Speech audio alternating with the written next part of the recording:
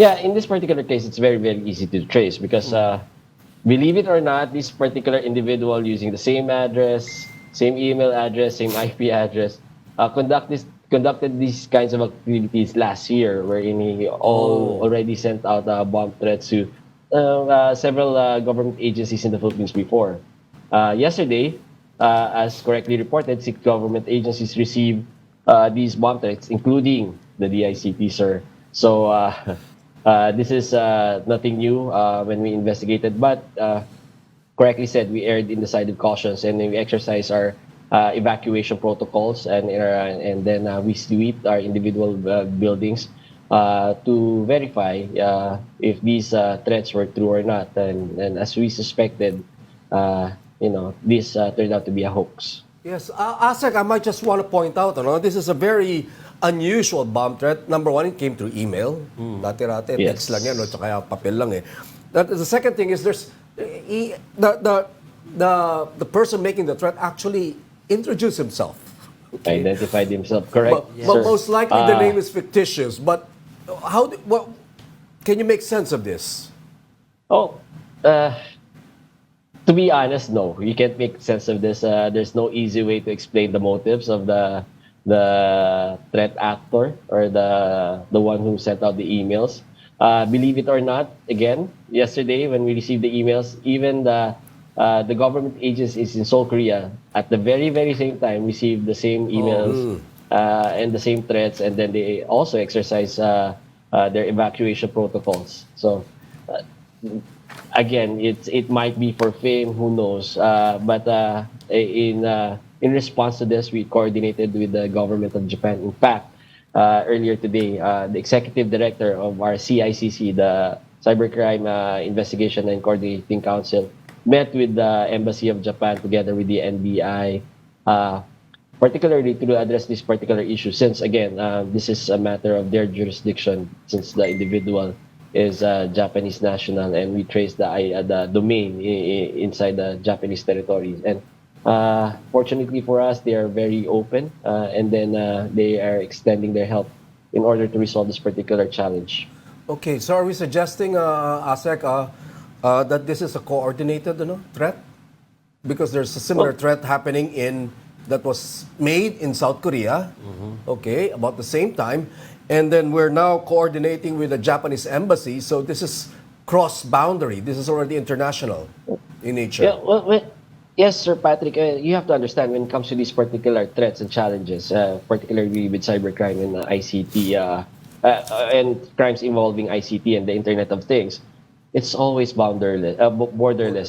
They cross countries, and we are no exception to that. Even our own local threat actors sometimes go to other countries to do their criminal activities, and that's why we coordinate with each other, with our allies and like-minded individuals, because we realize now we live in a day and age when these crimes are, as I said before, borderless already. Okay. Based on your initial findings, Asek, is this a prank or something more than a prank? Well, definitely this is a prank because this came in from one particular individual, and this individual also did the same thing last year.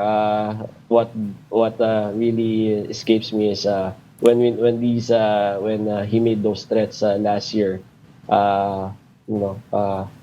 There were no particular actions to prevent these events from happening again. So I want to zero in on that, USEC, Asek lang po. or ASEC, I'm sorry. Okay lang. Hindi nagawa ng paraan last year. It's a repeat act or repeat offense. But on our part, we reached out the same way we're reaching out now to the Japanese embassy. Yes, but you have to understand that it's hard because most of these, the reason why these actors or these criminals are able to do the things that they do is because there is a certain aspect of anonymity when it comes to the internet. You can use fake names and you can, apply for certain domains, and you can have various email addresses in which wherein you can utilize these materials or these platforms to do various criminal activities. So it's kind of understandable, but again, hopefully this time around, because of there are several nations involved already, Yeah. we can come to a conclusion. Okay. Okay. Alam mo, Is- Patrick, before that, sabihin ko lang na ang mga netizen natin, they've been tagging a certain, what's the name, Takahiro Kurosawa. Oo, pero hindi natin sigurado, no? Asa kung yun yun, kaya wag nilang gawin. Tinatag nila yung person sa social media. There could pero actually be a real person with this name. with the same his name. Yes. Correct, Uh-huh. correct. Yes. Yeah, there's a certain degree of responsibility rin. Yeah. And tama ho kayo. Yeah. Pinapalalahanan din natin yung mga ating mga kababayan and yung mga netizens natin na maging maingat ho sa pag-pinpoint. Malay ho natin. Like I said, there's a certain level of anonymity. Yeah. I can, for example, I can easily as well use Sir Patrick Pais's name to commit my criminal activity. Tama. And, it's me who, I attribute to him, pero ako naman ho talaga yung gumawa. So, let our investigators, let our cybercrime professionals do their work, and hopefully we can catch him this time. Yeah. Okay, so more or less, Asec, you've established more or less that this is from a certain individual. You mentioned the word individual, who sent these Yes. emails from Japan, from an IP address in Japan. Yes. Is that definite, or is there may VPN ba yan, Asec, na baka niligaw yung IP address? I mean, is that also possible?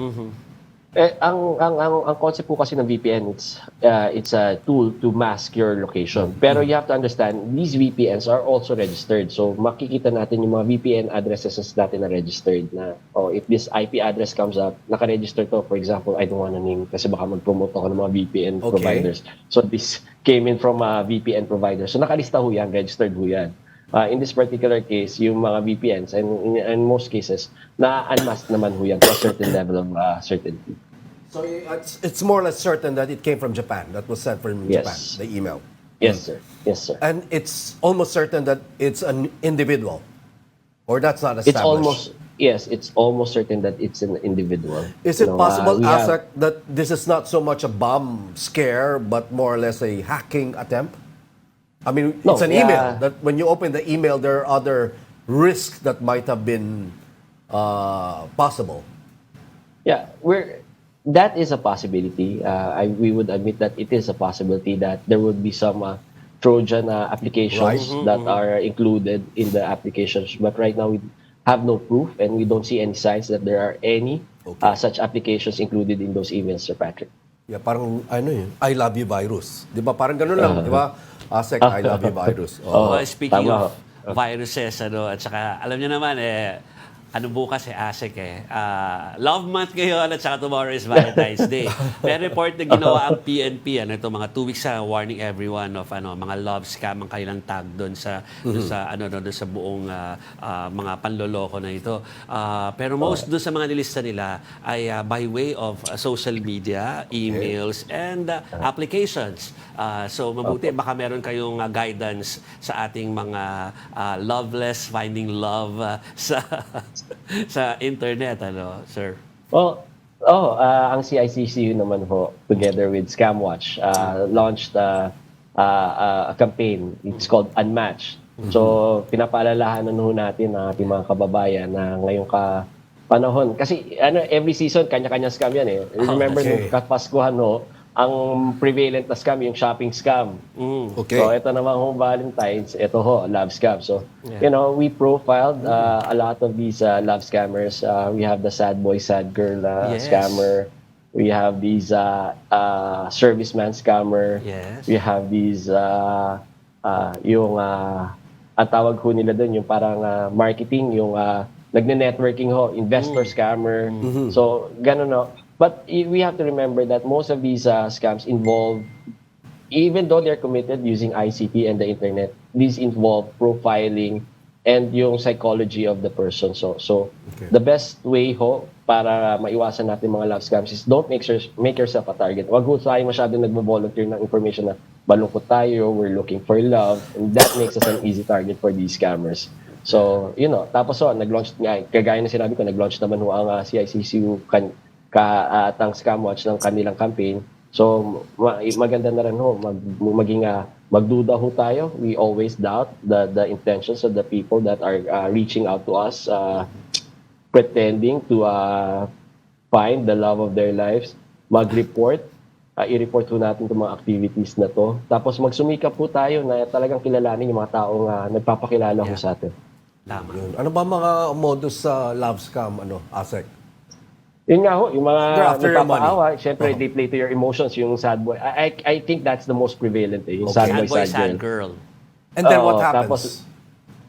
Tapos meron naman yung mga seductress, seductress. So, na talagang pag kinakausap po kayo, kulang na lang ilang masuha kaluluwa. So talagang maiinganyo ho kayo.